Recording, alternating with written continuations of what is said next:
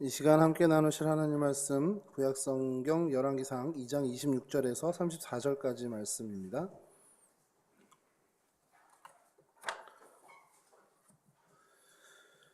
저랑 한 절씩 교독하겠습니다. 열왕기상 2장 26절에서 34절까지 말씀입니다. 왕이 제사장 아비아달에게 이르되 내 고향 아나돗으로 가라. 너는 마땅히 죽을 자이로되 내가 내 아버지 다윗 앞에서 주 여호와의 궤를 메었고 또 내 아버지가 모든 환난을 받을 때에 너도 환난을 받았은즉 내가 오늘 너를 죽이지 아니하노라 하고 아비아달을 쫓아내어 여호와의 제사장 그를 강림하니 여호와께서 실로에서 엘리의 집에 대하여 하신 말씀을 선문하게 합니다. 그 소문이 요압에게 들림에 그가 여호와의 장막으로 도망하여 제단불을 잡으니 이는 그가 다윗을 떠나 압살롬을 따르지 아니하였으나 아도니아를 따랐음이더라. 어떤 사람이 솔로몬에게 이르되 여호와의 장막으로 도망하여 제단 밑에 있나이다. 솔로몬이 여호와의 아들을 분하야에 이르되 너는 가서 돌을 치라. 분하야가 여호와의 장막에 이르러 그에게 이르되 왕께서 나오라 하시느니라. 그가 대답하되 아니라 내가 여기서 죽겠노라. 분하야가 돌아가서 왕께 아뢰어 이르되 요압이 이리이리 내게 대답하더이다. 왕이 이르되 내 말과 같이 하여 그를 죽여 먹으라. 여호와께서 아버지 그의 피를 나와 내 아버지의 집에서 내가 제하리라. 여호와께서 요압의 피를 그의 머리로 돌리실 것은 그가 자기보다 의롭고 선한 두 사람을 쳤음이니 곧 이스라엘 군사령관 넬의 아들 아브넬과 유다 군사령관 예델의 아들 아마샤를 칼로 죽였음이라. 이 일을 내 아버지 다윗은 알지 못하셨나니 그들의 죽은 영광이 요압의 머리와 그의 자손의 머리로 받아들였고 다윗과 그의 장막과 그의 장막 그의 왕이 여호와께로 말미암은 평강이 영원히 있으리라. 함께 하시죠. 여호야다의 아들 분하야가 곧 올라가서 그를 쳐 죽임에 그가 광야에 있는 자기 집에 매장되니라. 예, 아멘. 예, 오늘 성경 속 인물 저희가 함께 살펴볼 인물은 요압이라는 사람입니다. 요압의 이름 뜻을 먼저 좀 말씀드리면 여호와는 아버지시다. 하나님 아버지라는 뜻을 갖고 있습니다. 요압을 표현할 때요, 우리 성경을 이제 보시면 아시겠지만 계속 수르야의 아들, 수르야의 아들 이렇게 좀 표현이 됩니다. 근데 대개가 보면 성경에서 아버지 이름을 주로 하잖아요. 근데 이 수르야는 요압의 어머니 이름입니다. 왜 그런지는 잠시 뒤에 좀 말씀드릴게요. 그 형제가 있었는데 아비새가 있었고 아사헬이 있었고 형제를 굉장히 끔찍히 생각했던 사람입니다. 그래서 그로 인해서 사실 오늘 여기 본문에 저희가 읽었지만 넬의 아들 아브넬을 죽이게 되는 일도 그 동생이 그 아브넬에게 죽은 그 일 때문에 복수심에 좀 이렇게 그 선택을 하게 되는 부분이 있는데요. 가족 관계가 좀 중요한 사람이긴 해요. 그래서 여호와는 아버지시다라는 뜻을 가진 스루야의 아들로 아비새와 아사엘이라는 형제를 가지고 있었던 사람입니다. 이게 그의 어떤 가족 관계면 결정적으로 예를 들어서 요압은 누구야라고 했을 때 그냥 대표적인 설명은 다윗의 군대 장관이야. 이게 제일 대표적인 그의 이력 사항일 수 있습니다. 요압을 준비하면서요, 좀 안타까운 게 이제 잘 아시겠지만 결말이 좋지 않잖아요. 오늘 저희가 읽은 것처럼. 근데 계속 읽으면서 떠오르는 인물이 또 하나 있었습니다. 제가 드라마를 좀 좋아하다 보니까 정도전이라는 드라마에 자꾸 정도전이 오버랩이 되는 거예요. 야, 조선의 개국 공신이었는데 결국 태종 이방원에게 이제 뭐 반대편에 서면서 그 선택 하나로 사실은 이제 숙청을 당하게 되잖아요. 뭐 그것과 상황이 딱 맞아 떨어지는 건 아니지만 그만큼 존재감이 있었던 사람이 다윗 왕국 시절에는 요압이었습니다. 뭐 그냥 다윗의 오른팔, 뭐 오른팔이라고 하기보다는 분신이었다고 할 정도로 그냥 다윗이 왕이 될 수 있었던 일에 결정적인 역할을 했던 사람이 요압이라고 보시면 될 정도로 그만큼 무게감이 있었던 사람입니다. 그러니까 사울 왕권이 몰락하고요. 사울 왕이 몰락된 다음에 어쨌든 유다 민족을 괴롭게 한 대표적인 게 블레셋과 또 암몬이었거든요. 그리고 뭐 좀 소소하게 여부수족도 있고 이렇게 있었는데, 여하튼 그 굉장히 혼란한 그 시절에 민생도 수습하고 외세의 어떤 적도 잘 단돌이하고 그러니까 뭐 안정하고 이렇게 하는 것들을 잘 해냈던 게 다윗 왕의 능력도 있지만 이 요압의 굉장한 그 뭐라고 해야 되나 무력이라고 해야 되나요? 그런 장수로서의 기질이 발휘를 했기 때문에 가능했다라는 겁니다. 그래서 국내외적으로 요압은 다윗이 왕정을 확고히 할 때 그 굉장히 큰 수단이 됐던 사람이었습니다. 그러니까 뭐 반란도 잘 이렇게 적절하게 이렇게 제압을 하고 외세 세력도 잘 뭐 그렇게 있는데 그래서 어떻게 보면은 뭐 이 요압 없이 이 뭐 다윗이 어떻게 보면 천하통일을 했겠냐 이런 얘기를 이제 역사학자들 하면 불가능하지 않았겠냐. 물론 이제 다른 대안이 뭐 등장하겠지만 역사 속에서는 여하튼 이 요압이 굉장히 지략가이면서 또 용맹했던 사람이면 틀림없다라는 겁니다. 그래서 저희가 오늘은 이 요압에 대해서 좀 살피는데 이제 공적을 좀 찾아보고요. 그리고 그렇게 무게감 있고 대단했던 사람이 왜 혹시 이런 안 좋은 결말을 맞이했을까라는 것도 좀 살펴보면서 그 공과를 좀 보려고 합니다. 요압이 다윗이 이게 도피 생활을 하던 그 시기부터 아마 동고동락한 걸로 성경학자들은 생각하고 있습니다. 그러면서 수많은 전쟁을 치렀겠죠. 그런 과정에서 굉장히 훌륭한 장수로 또 굉장한 조언자로 뭐 곁을 지켰던 충신으로 이 다윗 곁을 항상 지켰던 사람입니다. 그러다 보니까 뭐 다윗의 최측근이 됐고요. 다윗이 이제 왕이 되다 보니까 최측근이 그냥 가만히 있어도 뭐가 되겠습니까? 그냥 다윗에 가까이 있고 모든 사람들이 다윗에게는 요압이 제일 가까워. 그럼 자연스럽게 이 사람에게 힘이 생기잖아요.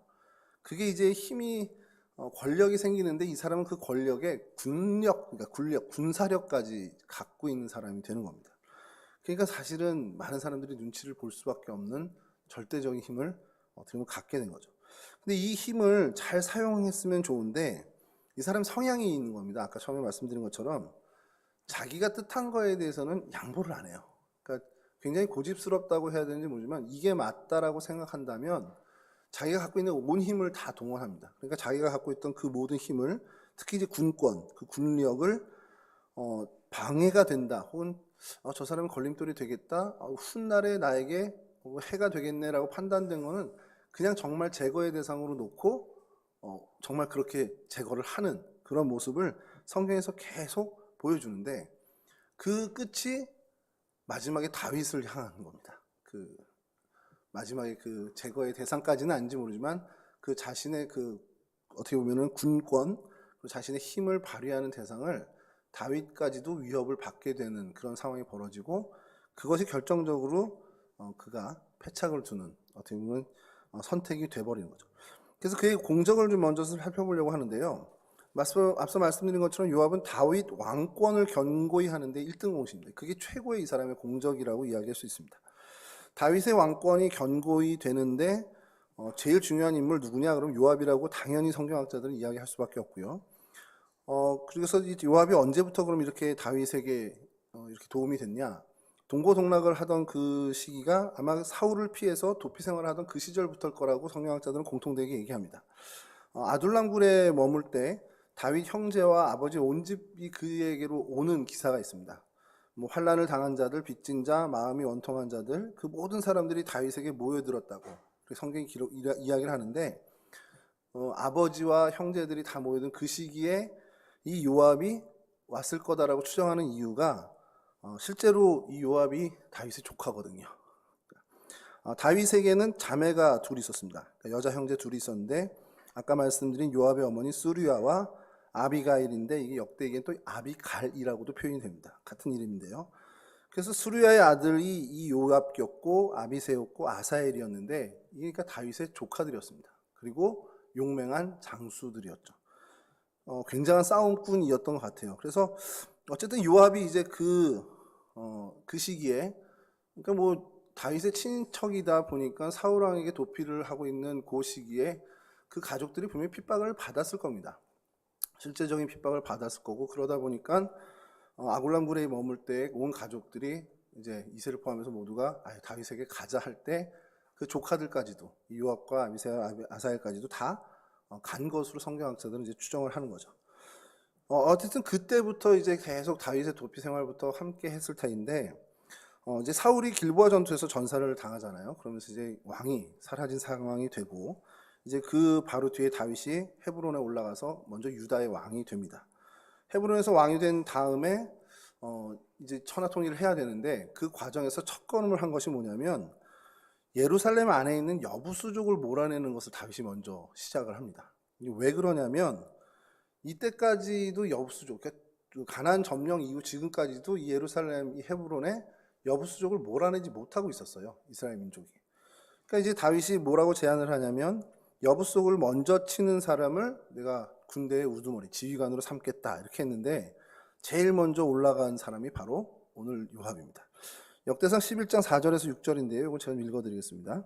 다윗이 온 이스라엘과 더불어 예루살렘 곧 여부스에 이르니 여부스 땅의 주민들이 거기서 거주하였더라. 여부스 원주민이 다윗에게 이르기를 내가 이리로 들어오지 못하리라 하나 다윗이 시온산성을 빼앗았으니 이는 다윗성이더라.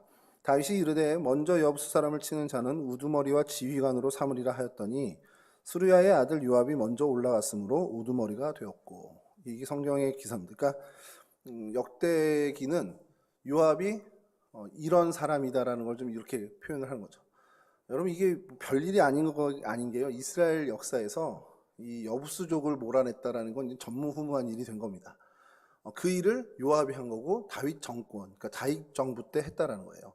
그걸 이제 역대기에서는 다윗의 업적을 좀 더 기려야 되는 부분이니까 이렇게 했는데 그래서 요압이 이 군대 장관이 된 거야라는 굉장한 당위성을 부여하는 겁니다. 그 당위성을 부여하는 게 이 여부수족을 몰아낸 정도야라고 이렇게 얘기하는 거죠. 저희가 볼 때는 여부수족 몰아낸 게 뭐가 그리 대단해 이렇게 할 텐데 이제 그런 무게감으로 얘기를 하고 있는 거예요. 그래서 초기 이스라엘 군대의 장관이 됐는데 사실은 솔로몬이 왕이 되고 이제 솔로몬 반대편에 서기 전까지 사실 요압은 이 군력을 계속 갖고 있었던 사람입니다. 그러니까 무소불위의 권력을 행사했다라고 보시면 됩니다. 오죽하면은 뭐 잠시 때문에 살펴보겠지만 다윗이 이 스루야의 아들 이 녀석들을 내가 어떻게 하질 못하겠다라고 하소연하는 표현까지도 나옵니다. 좀 이따 좀 보겠습니다. 여하튼 여러분 그렇게 이제 요압이 이 여부수족을 몰아내는 그런 어떤 모습들을 보고 다윗의 왕권을 강화하는데 결정적인 역할을 한 사람이다라는 것이 그의 첫 번째 공적이 되는데 두 번째 그의 공적이 뭐냐면 내부 반란을 아주 적절하게 진압했다라는 겁니다.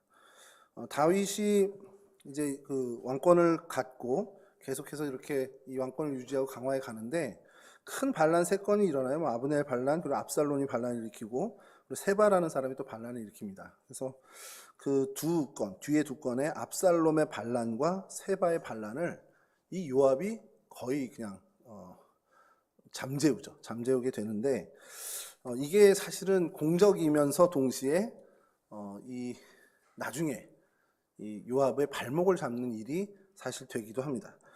그래서 어쨌든 이 내부 반란을 아주 확고하게 잘 진압했다는 점이 이 요압의 공적으로 두 번째 공적으로 이야기할 수 있고요. 세 번째 큰 공적은 이스라엘 주변 세력을 정리를 하는 겁니다. 그러니까 정복하면서 또 적절하게 협상도 하고 하면서 어떻게 보면은 이 이스라엘이라는 나라가 당시 이제 중동의 어떤 패권국으로 성장하게 되는 굉장히 결정적인 역할을 합니다. 외세 세력을 진압하고 또 정복하는 데 굉장히 영향력을 발휘하는데 당시에 모압, 에돔, 블레셋, 소밧, 하바, 아말렉 다 어떻게 보면 정복을 하면서 군대 장관으로서 그걸 다 적절히 골칫거리였던 걸 다 해결을 하고 아까도 말씀드린 것처럼 블레셋과 쌍벽을 이뤘던 골칫거리가 암몬이었는데 이 암몬을 제거합니다. 근데 이 제거하는 기사를 성경에서 좀 의도적으로 좀 요압이 이런 사람이야라는 걸 보여주는 것이 암몬의 수도가 랍바성이라는 곳이 있습니다. 랍바성을 점령을 해요. 요압이 점령한 거죠. 그 군대를 이끌고 와서 점령했는데 이 요압이 참 재미난 게 점령을 다 부셔놓고 입성을 하지 않는 겁니다. 입성을 하지 않는 이유가 다윗에게 이제 연통을 넣어서 먼저 와서 왕이 입성하라는 거예요. 그러면서 이제 하는 얘기는 내가 입성을 해서 혹시 이게 내 이름을 딴 성이 될지도 모른다 이거죠. 왜 그 여부수 좀 몰아내고 헤브론 했을 때 예루살렘이 다윗성이라는 이름이 붙여지거든요. 그거를 연상케 한 건지는 모르지만 그러니까 이제 다윗이 다시 군대를 이끌고 와서 진짜 다윗이 입성을 합니다. 그러니까 그런 왕에 대한 엄청난 배려, 사실은 뭐 전장에서 그렇게 뭐 승리를 하고서 입성해서 뭐 약탈을 하든 뭐라든 그건 아무 문제가 되지 않는데 그렇게 왕을 배려하는 충성스러운 모습을 보이는 그것까지도 되게 잘하는 사람이라는 거예요. 그러니까 왕의 권위를 확실하게 올려줄 수 있는 그런 사람이었다라는 거. 그러니까 그런 모습을 성경에서 굳이 이렇게 좀 기록을 하고 있죠. 이거는 뭐 그냥 제가 좀 읽어드리겠습니다. 사무엘하 12장 26절에서 31절에 나오는 이야기인데, 제가 그 28절 한 절, 이제 왕은 그 백성의 남은 군사를 모아 그 성에 맞서 진치고 이 성읍을 쳐서 점령하소서. 내가 이 성을 점령하면 이 성읍이 내 이름으로 일컬음을 받을까 두려워하나이다. 이렇게 다윗에게 얘기하면서 다윗으로 하여금 이 라빠성에 와서 직접 입성하게 하는 그런 모습을 보입니다. 이 장면만 여러분 보면요, 야, 요압은 진짜 어마어마한 충신이다라는 생각이 들지 않습니까? 실제로 그때까지는 그랬을 것 같다는 생각도 들고요. 하여튼 이런 공적들, 이런 어떤 멋진 모습들로 다윗을 계속해서 지원하고 다윗의 큰 힘이 되는 사람이었습니다. 그리고 그 외에 공적이 또 있는데요. 압살롬이 이제 도피를 하죠. 암몬을 죽이고, 그 다말, 목사님 지난주에도 설교하셨지만 자기 자매 다말을 겁탈했더니 암몬을 죽이고 도피했을 때 이 압살롬과 다윗의 화해를 이끄는 사람이에요. 그러니까 나중에는 이제 압살롬 반란 때 압살롬을 죽이기도 했지만 왕의 마음을 정말 잘 읽은 겁니다. 이 압살롬이 형제를 죽이고 이제 도망가서 도피 생활을 할 때 다윗의 마음이 압살롬을 향해서 굉장히 애절한 거를 딱 파악을 하고는 그 화해를 시키는 역할을 하는, 그러니까 왕의 마음을 굉장히 잘 읽는 그런 어떤 공적이라고 해야 될지 모르지만 그런 성향의 사람이었고요. 또 하나는, 이건 조금 논란의 여지가 아직도 계속 있는 건데, 성경학자들마다 다윗이 인구조사를 하면서 하나님한테 큰 책망을 받잖아요. 저희가 잘 알고 있듯이. 근데 이걸 반대한 사람이 있습니다. 이거 하나님 뜻 아닙니다. 하지 마십시오. 그게 요압이었어요. 아주 극단적으로 나쁘게 생각하는 사람은 이렇게 이게 뭐 하나님의 어떤 영감을 받아서가 아니라 뭐 하나님의 어떤 벌을 받아서 그런 게 아니라 다윗이 하는 어떤 그 국력에 대한 점검이라든지, 왜냐면 인구조사가 사실 우리가 어느 정도 하는 그 현황을 파악하는 거거든요. 다윗이 그것을 파악하지 못하게 하기 위해서 이제 반대한 거다라고까지 이제 하는 성경학자들도 있는데, 또 굉장히 또 좋게 쓰는 분들은 하나님과 굉장히 좋은 소통을 하고 있었기 때문에 영적으로 민감해서 다윗이 이렇게 하는 것들을 좀 저지했던 거 아니냐라는 그런 주장도 있습니다. 어느 게 맞는지는 모르겠지만, 뭐 이랬든 저랬든 다윗이 인구조사를 명령했을 때 이거 하나님이 기뻐하시지 않는 일이야라고 해서 자신이 맡았던 그 족속들 누락을 시킵니다. 이제 그게 나중에 다윗에게 또 뭐 이렇게 좀 책이 되기도 하는데, 그래서 반대했던 인물이라는 거. 이런 어떤 모습들을 보면서 이 사람이 한편 어쨌든 간 굉장히 뛰어난 사람이었고, 또 이게 말씀드린 것처럼 인구조사라는 이 부분이 하나님 뜻에 어긋나는 거야라는 정말 영적인 예민함이나 민감함까지 갖고 있었던 사람이라면, 그가 다윗을 열심히 도왔던 것이 그냥 어떤 사람으로서 자기의 출세나 이런 야욕이 아니라 신앙적으로도 어떻게 보면 이 사람이 이런 동기부여가 됐겠구나라는 것을 평가할 수 있다라는 거죠. 그게 전제가 된다면요. 근데 뭐 아니고 그냥 정말 아까 말씀드린 것처럼 복수심이나 야망이 많았던 사람이라 그렇게 됐다면 그건 좀 저희가 달리 해석을 해야 되지만, 어쨌든 성경에서 그가 보여줬던 많은 부분들, 어떻게 보면 좀 긍정적인 그리고 어떻게 우리가 본받아야 될 만한 모습들을 본다면, 그가 어쨌든 하나님으로 인한 하나님 때문에, 그러니까 동기가 하나님이 되어서 다윗에게 이렇게 충성을 했고, 그래서 하나님의 뜻을 이루는 데에 자신이 헌신된 사람이었다면 저희가 본받을 점이 굉장히 많다라는 겁니다.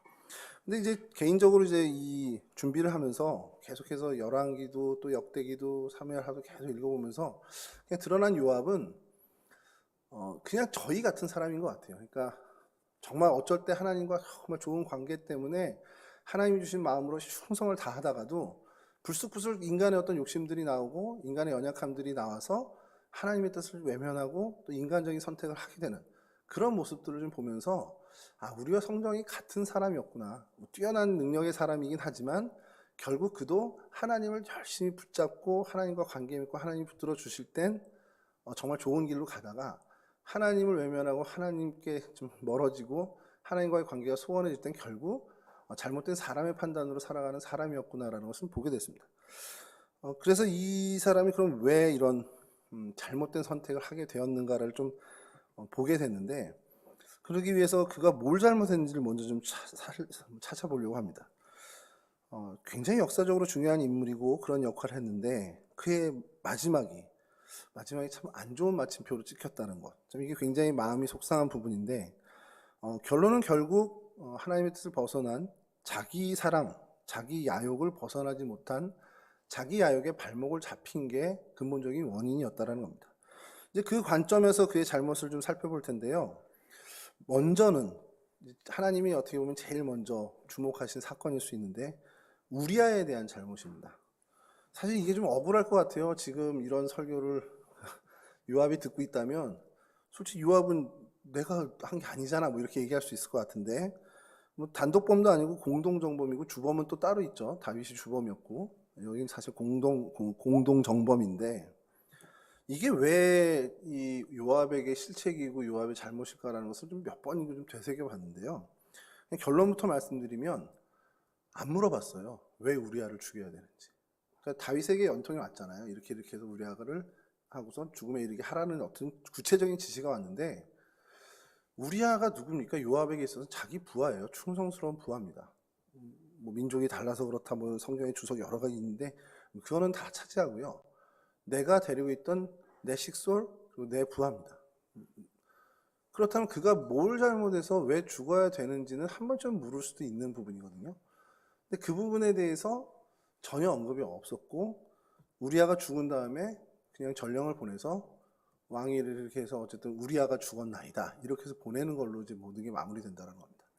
그러니까 그 부분에 있어서는 책임지는 모습이 굉장히 없다라는 거예요. 그러니까 요압으로서 그러니까 평상시에 요압이고 군대 장관이고 그런 국력을 가지고 있었던 사람이고 그런 무소불위의 권력을 가진 사람이라면 왕에게 뭐 직원도 뭐 만만찮게 했던 사람이거든요. 그렇다면 이유는 뭔지 정확히 그리고 그것이 오해의 발단 소지거나 생명을 뺏지 않고 해결할 수 있는 일이 있다면 본인이 좀 뭔가 희생을 해서라도 해야 되는 어떻게 보면은 이 우리아의 상관으로서의 책임을 해야 하는 것이 아니었냐라는 거죠. 근데 그런 거 전혀 없이 그냥 왕이 시키니까 했다라는 식의 어떤 그런 부분들. 그러니까 이런 부분을 보면서 저희도 그런 생각을 해야 되는 것 같은 게 내게 하달된 명령이라고 해도 그 명령이 앞뒤 좌우 어떤 상황이고 이런 것들은 좀 파악할 필요가 있다는 겁니다. 이게 왜 명령이 하달됐는지 그걸 찾아내고 어떤 오해가 있었는지 아니면 다른 어떤 방법이 있는지 그런 것들을 좀 찾아보려고 하는 의지가 있냐 없냐가 하나님이 보시는 기준이 되지 않을까라는 생각을 해보는 겁니다. 근데 요압에게는 전혀 그런 게 없었다는 것. 왜 그럴까? 그럼 이 순간에도 그는 결국 자신의 유익, 자신의 입장 이게 최우선 순위였기 때문에 다른 이들 특히 우리아의 아픔이나 괴로움에 그가 받아야 할 희생에는 별로 관심을 두지 않는 모습을 보였다는 겁니다. 이랬든 저랬든 자신을 믿고 따른 부하 장수가 이렇게 억울하게 죽음을 당했다는 것이 이 요압에게 책임이 전혀 없다라고 하나님은 하지 않는다라는 것. 그리고 이게 그에게 굉장히 치명적인 과가 됐다라는 것들을 우리가 좀 되새길 필요가 있다는 것이죠. 두 번째로 그의 드러나는 잘못들, 성경에서 드러난 잘못들은요, 권력을 좀 남용했던 부분들입니다. 압살롬이 반역을 일으켰습니다. 지난주 금요일 목사님 설교 때도 좀 저희가 좀 살펴본 부분이긴 한데, 근데 압살롬이 자기에게는 뭐 이렇게 뭐 친인척일 수도 있고 아직 뭐 반란자일 수도 있지만 내가 모시는 왕의 아들입니다. 왕에게 있어서는 아들이죠. 그 다윗이 얘기 안 한 것도 아니잖아요. 생명 많은 좀 살려놔라. 죽이지 말아라. 그렇게까지 얘기를 했거든요. 근데 그렇게 말 잘 듣던 요압이 그 말을 어깁니다. 왜 어겼을까? 그거는 뭐 이제 모든 주석들이 공통적으로 얘기하는 게 훗날에 압살롬은 분명히 위험 요소가 될 거라는 판단을 했다라는 겁니다. 그래도 왕이 내가 모시는 왕이 야 내 아들이니까 그냥 죽이지만 마라. 어떻게 뭐 가둬두고 평생 해도 상관없으니까 죽이지만 마라. 이렇게 얘기를 했는데 죽여버리잖아요.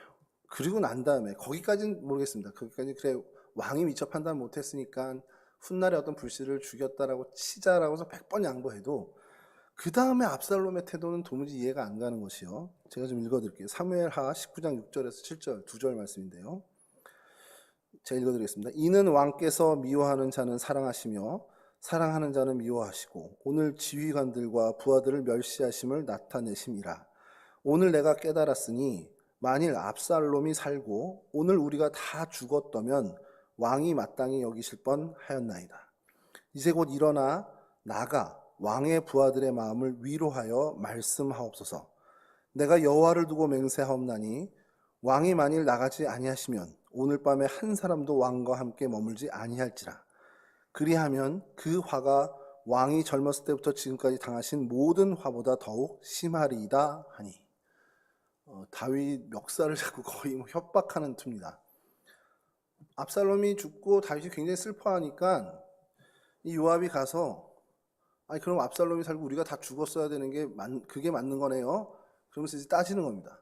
따지면서 그러면 지금 빨리 가서 우리 위로 안 하시면 오늘 밤 당신이 왕께서 우리 장군들의 마음을 위로하지 않으면 이 밤을 지나면 한 명도 당신 밑에 있지 않을 겁니다라는 얘기를 한 겁니다. 그러면서 이제까지 당신 살아오면서 겪었던 그 모든 고난보다 더 큰 환난을 당하게 될 겁니다. 그게 뭡니까? 폐위도 되고 이제 끝났다라는 얘기를 하는 겁니다. 거의 뭐 선전포고죠.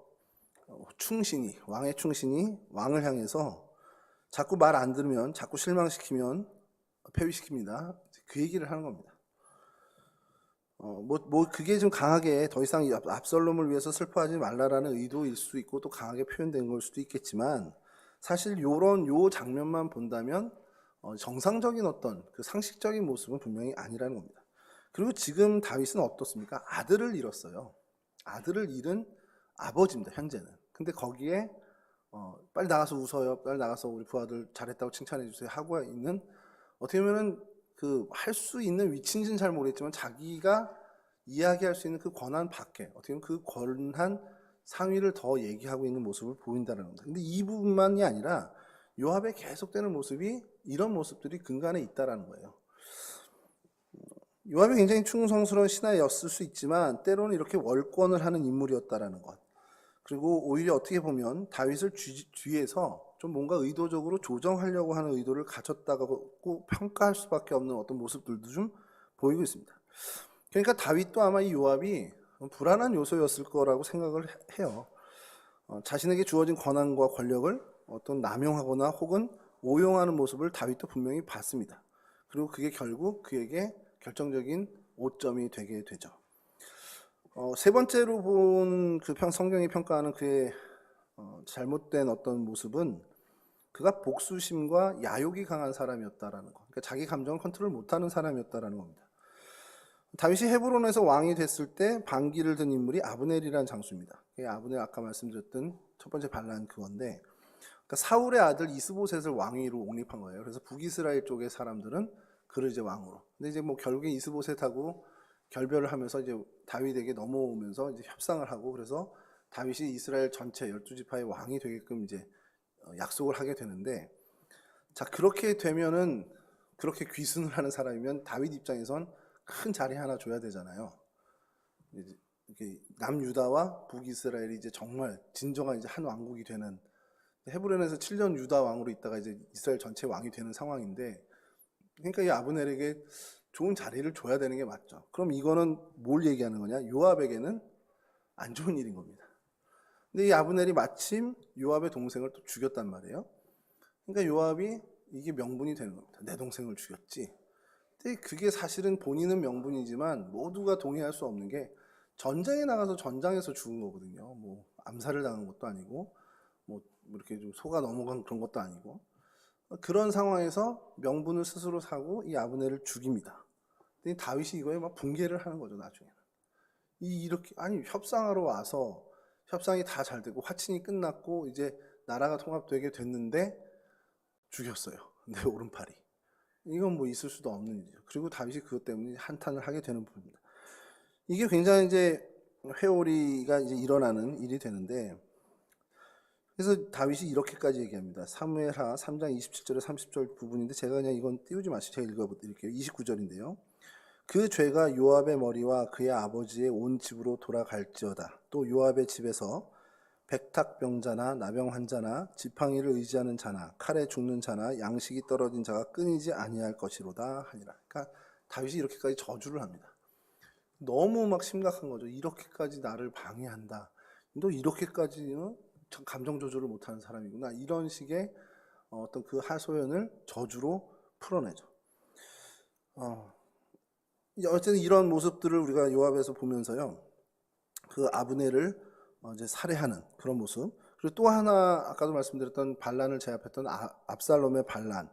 그건 아까 말씀드린 것처럼 결국 압살롬까지도 죽이게 되는 그런 모습을 보게 됩니다.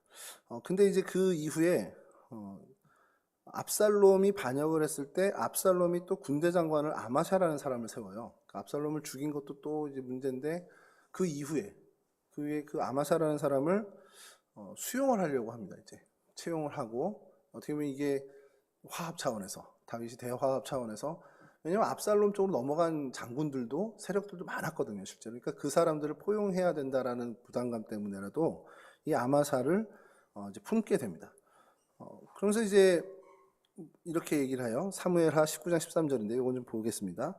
너희는 또 아마사에게 이르기를 너는 내 골육이 아니냐 내가 요압을 이어서 항상 내 앞에서 지휘관이 되지 아니하면 하나님이 내게 벌 위에 벌을 내리시기를 바라노라 하셨다 하라. 그러니까 이 요압이 군대 장관이고 이제 은퇴시키고 이제 아마사 네가 이어서 군대 장관을 해야 되지 않겠냐. 그렇게 안 하면 하나님이 나한테 벌 주길 내가 바란다. 이런 표현을 한 겁니다. 이게 문제였을까요? 요압이 자기 자리가 위협받다 싶으니까 이 아마샤를 제거해 버리죠. 왜 이렇게 한 걸까? 물론 표면적으로 보면은 반란군이잖아요. 반란군의 수괴였습니다. 반란군의 수괴를 제거하고 어떻게 보면 멀리 내다봐서 분란의 불씨를 제거하는 것, 이게 명분이 됐어요. 그렇게 볼 수 있습니다. 근데 실제는 뭐였냐? 그냥 월권을 한 겁니다. 요압이. 다윗이 결정한 거, 그 왕이 결정한 거 그대로 가야 사실 나라의 기강이 쓰고 군대의 기강이 쓰는데, 근데 그거를 자기 입맛에 맞게 처리를 하는 겁니다. 이게 왜 이러냐? 결국 요압이 그 굉장한 권력욕을 갖고 있었다는 거죠. 아브넬을 죽일 때도 남북이 평화로이 통일되면 자신의 위치가 위협받을 것 때문에 내 위치, 내 자리, 내 권력, 이거 손상받을 수 있어. 그 이고요. 아마샤를 제거할 때도 마찬가지입니다. 이거 굉장한 경쟁자가 되는 거예요. 야, 이거 계속 나랑 이게 경쟁되겠네? 저 크기 전에 잘라야 되겠다. 이 모든 것들, 그런 걸로 인해서 숙청의 칼날을 뽑아 올린 겁니다. 그러니까 명분을 뭐라고 얘기해도 결국 근본은 자신의 야심, 자신의 야욕이었다라는 거죠. 여러분, 이게 왜 우리에게 교훈을 주냐면, 신앙과 어떤 명분과 도리와 어떤 정의, 우리가 그걸 쫓아서 살아가잖아요. 하나님의 뜻을 쫓고 진리를 쫓고 복음의 삶을 살고, 그 모든 우리의 신앙의 여정을 살아갈 때 뭐가 제일 방해가 되겠습니까? 내 욕심이라는 겁니다. 내 생각, 나를 위하는 마음, 내 판단. 요압이 그랬다라는 겁니다. 개인의 뭐 복수심일 수도 있고 야욕일 수도 있는데, 그것이 자신이 마땅히 해야 할, 자신의 원래 가져야 하는 그 길을 방해하는 결정적인 요소가 됐다는 겁니다. 그렇게 해서 결국엔 나를 위하는 일을 선택하다 보니까 그것이 결국 나중에 하나님의 뜻을 저버리는 일까지 어긋나게 되고, 결국 하나님께서 그를 벌하시고 심판하시는 자리까지 내몰리고 마지막 비극적인 마침표를 찍게 된다는 것이죠. 그래서 결국에 요압은 어떤 평가를 받는 인물이 됐냐? 반역의 인물로 돼버린 겁니다. 이런 어떤 자신의 야망, 자신의 야심을 쫓다 보니까 결국 그것이 마지막에 다윗을 어떻게 보면 반역하는, 다윗의 뜻을 완벽하게 저버리는, 그러니까 뭐 지시한 거 잘 어긋나고 지시한 거 뭐 잘 안 지키고 이 정도가 아니라 완전히 정반대해서 다윗을 무너뜨리려고 하는 입장까지 서게 되는 거죠. 잘 알고 있는 오늘 본문 읽은 것처럼 솔로몬이 이제 택정 받았을 때 솔로몬 반대에 서서 사실은 다윗의 모든 뜻, 다윗 왕조를 사실은 이제 반하는 입장을 서게 됩니다. 그 어떤 모습으로 결국에 멸망의 길로 들어서게 됐는데, 자기 자신의 꾀에 넘어갔다 이렇게 평가를 해야 하는 건지, 아니면 뭔가 순간적인 착각으로 인해서 그가 판단이 흐려져서 이렇게 된 것인지. 근데 이제 제가 이렇게 보면서 개인적으로 그냥 드는 생각이, 이게 내 욕심과 내 생각과 내 입장을 조금 걷어내면 요압은 이런 선택을 분명히 하지 않았을 거라는 가능성이 보이는 거예요. 그러니까 이게 근데 요압만의 문제가 아니라 저 자신의 문제가 되겠다는 생각이 들더라고요. 이렇게 선택의 기로에 섰을 때 어느 게 하나님 뜻이지? 어디가 하는 게 하나님 뜻이지? 정말 모르겠네 하는 게 사실 우리 별로 없어요. 저도 그렇고 여러분들도 그렇고요. 인생 살다 보면 선택의 기로에 딱 섰을 때 조금 우리의 감정을 추스리고 조금 한 발 물러서고 조금 시간을 두고 그것을 바라보고 기도하면서 말씀에 비춰본다면 하나님의 뜻은 이쪽 정확히 보입니다. 사실 보일 경우가 훨씬 많습니다. 예를 들어서요, 이렇게 어떻게 좀 있는데 이게 어느 게 좀 하나님 뜻일까? 성경에 나오는 얘기가 아니고 이거 내가 좀 청소를 하는 게 맞나? 아니면 이따 청소하는 게 맞나? 이렇게 하고 있을 때 내가 조금 더 땀 흘리는 쪽이 진리에 가깝습니다. 항상 보면 내가 조금 손해보고 내가 조금 땀을 더 흘리고 내가 조금 먹을 거 하나 덜 먹는 쪽이 하나님의 뜻일 경우가 훨씬 더 많잖아요. 뭐 근데 저만 알겠으면 여러분 더 잘 아시겠죠? 우리가 왜 자꾸 정말 조금만 생각해보고 조금만 우리가 한 발 멀리 떨어져서 보면 다 아는 것들을 왜 그 순간에 자꾸 우리가 선택을 잘못할까? 요압을 보면서 그 답을 알아낸 겁니다. 결국 내 생각, 내 욕심이 그때 판단을 못하게 하는구나. 여러분 다윗에게 어떻게 보면 의지하고 또 다윗도 의지하고 하는 그 모습으로 몇십 년을 같이 온 거잖아요. 근데 그러면 그 관성만으로도 그는 올바른 선택을 계속해서 갈 수 있는 사람입니다.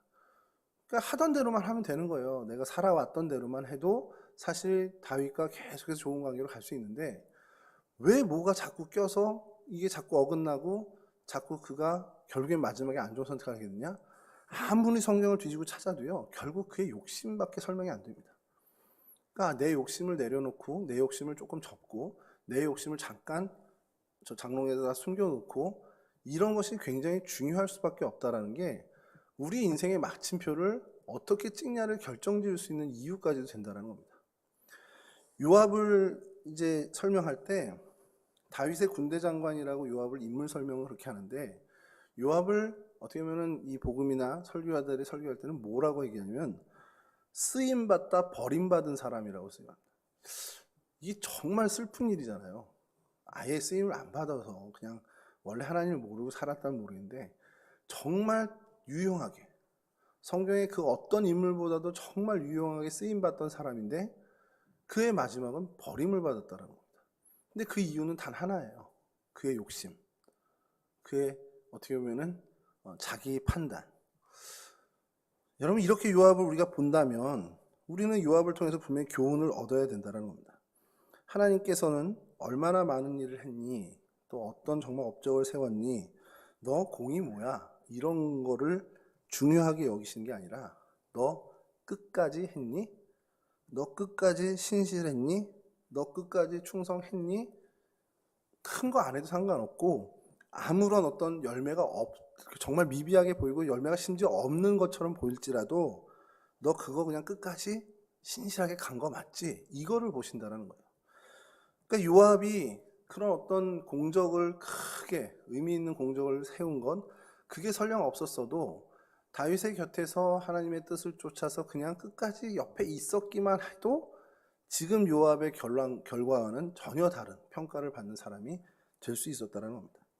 아무리 많은 업적을 남긴들 사실 그것이 하나님 보시기에 뭐 얼마나 대단하겠습니까? 솔직히 하나님 보시기엔 아무것도 아닌 거죠. 우리 사람들이 막 그 사람을 칭송하고 와 대단한 일 했어 하는 거지 하나님이 볼 때는 그건 정말 아무것도 아닌데 우리는 근데 계속해서 양을 따지고 공을 따지고 어떤 힘을 따지고 이런 걸 또 한단 말이에요.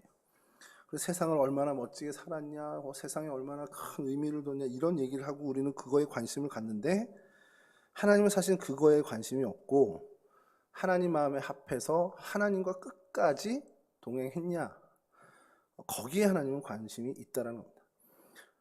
그러니까 요압처럼 충성스럽다가 어떤 개인의 어떤 야욕에 빠져서 스스로 망치는 그런 일들은 우리가 경계하고 또 경계해야 되는 부분인 거죠. 그러니까 이제 뭐 요압처럼 중요한 자리에 가지 않는다 하더라도 우리가 나의 야욕 혹은 나의 욕심에 빠지게 되면 결과는 결국 요압과 같은 결과를 맞이할 수밖에 없다는 것을 항상 경계해서 매일매일 나를 점검해야 한다는 겁니다. 그래서 말씀으로 하루하루를 정말 견실하게 세워나가는 일에 최선을 다해야 된다는 거죠. 왜냐하면 사실 여러분 우리가 우리 스스로를 제어할 수 있는 게 없잖아요. 저도 뭐 해봤는데 제가 뭐 다짐해야 3일도 못 가던데요, 요즘은. 예전에는 다이어트 하면 그래도 한 일주일 갔는데 요즘은 3일도 못 가는 것 같아요. 나이가 들어서 그런 건지 의지가 좀 약해져서 그런지. 근데 계속해서 우리를 붙들고 저를 그래도 숨쉬고 지금까지 살게 하시는 건 결국 하나님의 능력이라는 거죠. 그러니까 하나님이 계속 우리를 붙들어 주시는 것, 내가 나의 힘으로 할 수 없으니까 하나님이 나를 붙들어 주는 것, 그거 인정하고 매일매일 말씀을 가까이 하고 날마다 하나님 앞에 자기를 점검하는 삶을 게을리하지 않게, 그렇게 하나님과 성령님과 계속 동행하는 삶을 신실하게 살아야겠다는 각오를 매 시간 매 순간 계속해야 한다는 겁니다. 하나님께서 우리 각자에게 기대하시는 그 삶이 있잖아요. 뭐 큰 거 하라는 게 아니라 그냥 신실하게 하나님과 동행하는, 신실하게 하나님과 소통하는 그런 저희들이 되기를 먼저 바라고요. 그렇게 하다 보면 그럼 하나님이 보시기에 좋았더라라고 창세기에 있는 표현처럼 여러분들과 저를 보면서 참 보기 좋다 이런 평가를 받는, 그래서 가장 아름다운 인생의 마침표를 찍을 수 있는 저희들이 될 수 있지 않을까라는 생각을 합니다. 그런 하나님의 거룩한 백성들이 될 수 있도록 오늘도 내일도 매일매일 순간순간 내 욕심을 좀 내려놓고, 그래서 하나님과 신실히 동행하는 그렇게 살아가는 그런 하나님께 영광 돌리는 거룩한 하나님 백성들이 될 수 있기를 간절히 바랍니다. 우리 찬송 한 장 하시고요. 주님 가르쳐 주신 기도로 우리 마치도록 하겠습니다. 찬송가 333장입니다.